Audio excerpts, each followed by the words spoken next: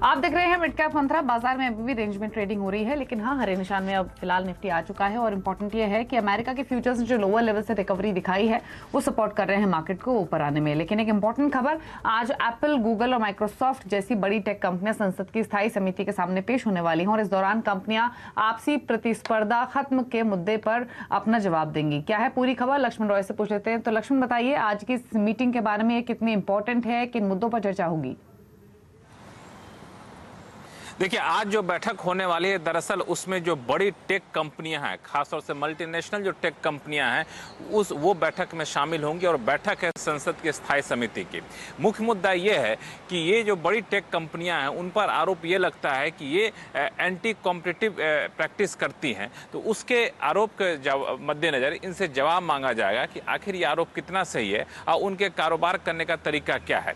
ये जो बड़ी टेक कंपनियां हैं उसमें Apple, Google, Microsoft, Amazon, Netflix जैसी कंपनियों के सीनियर ऑफिसर्स यहाँ इस बैठक में मौजूद होने वाले हैं। और यशवंत जयंत सिन्हा की अगुवाई में एक संसद की बैठक कमेटी की बैठक होने वाली है। और ये इसलिए महत्वपूर्ण ज़्यादा हो जाती है क्योंकि पिछली बार, इससे पहले जो बैठक हुई थी, उस बैठक में घरेलू टेक कंपनियों को, ई मार्केट प्लेस को बुलाया गया था, जिसमें पेटीएम, जोमेटो जैसी कंपनियां शामिल थी।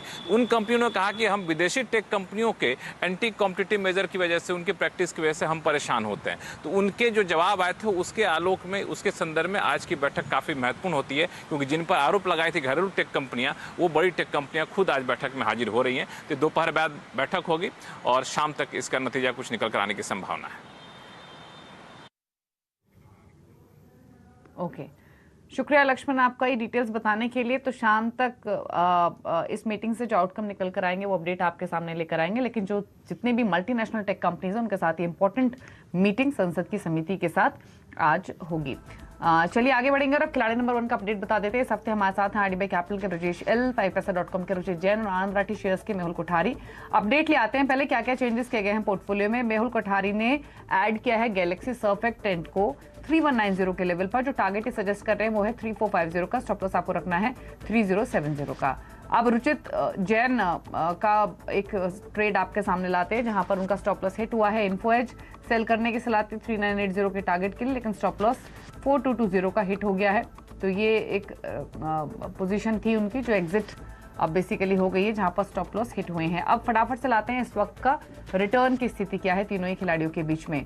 और तीनों ही खिलाड़ियों के अगर रिटर्न्स देखेंगे आप तो आज हालांकि हफ्ते का दूसरा कारोबारी दिन है, लेकिन अब तक के हिसाब से लीड कर रहे हैं मेहुल कोठारी 7.5% के रिटर्न के साथ। ब्रजेश का पोर्टफोलियो 1.5% का रिटर्न दे रहा है और रुचिजन का पोर्टफोलियो नेगेटिव 3.25% का रिटर्न लैंड कर रहा है। रुकना इसी के साथ एक ब्रेक के लिए। ब्रेक के उस पर आप देखिए नो योर